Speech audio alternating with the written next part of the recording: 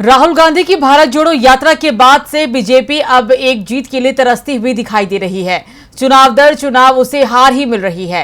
हिमाचल प्रदेश और कर्नाटक की सत्ता उसके हाथ से फिसल चुकी है और अब बीजेपी को एक और चुनावी करारी हार मिली है। तो क्या है खबर, देखिए ये रिपोर्ट। करगिल में हुए लद्दाख ऑटोनोमस हिल डेवलपमेंट काउंसिल चुनावों में कांग्रेस को बड़ी जीत मिली है। कांग्रेस सांसद एक महीने पहले ही लद्दाख और करगिल के दौरे पर पहुंचे थे। कांग्रेस ने राहुल गांधी की यात्रा को भारत जोड़ो यात्रा का हिस्सा बताया और इसका असर अब दिखाई दे रहा है। LAHDC के चुनाव में कांग्रेस ने क्लीन स्वीप कर दिया है और सबसे बड़ी बात तो ये कि दूसरे नंबर पर कांग्रेस की सहयोगी पार्टी नेशनल कॉन्फ्रेंस आई है। बीजेपी के हिस्से में करारी हार आई है। पार्टी मुश्किल से खाता खोल पाई है। डेवलपमेंट काउंसिल की 26 सीटों के लिए 4 अक्टूबर को मतदान हुआ था। कुल 77.62% वोटिंग हुई थी। चुनाव में कांग्रेस और नेशनल कॉन्फ्रेंस ने गठबंधन किया।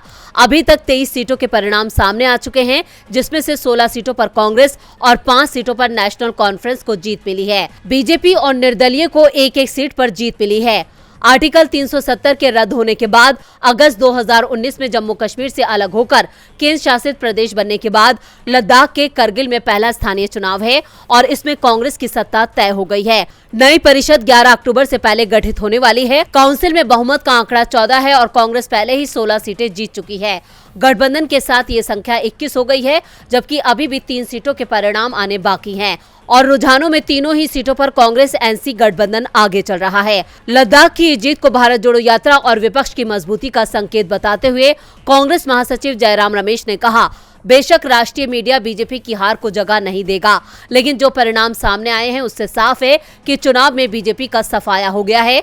दरअसल बीजेपी के लिए यह बड़ी हार इसलिए मानी जा रही है क्योंकि लद्दाख को केंद्र शासित प्रदेश बनाए जाने के बाद ये चुनाव उसका लिटमस टेस्ट माना जा रहा था और इसमें बीजेपी को करारी हार मिली है। DB लाइव की रिपोर्ट।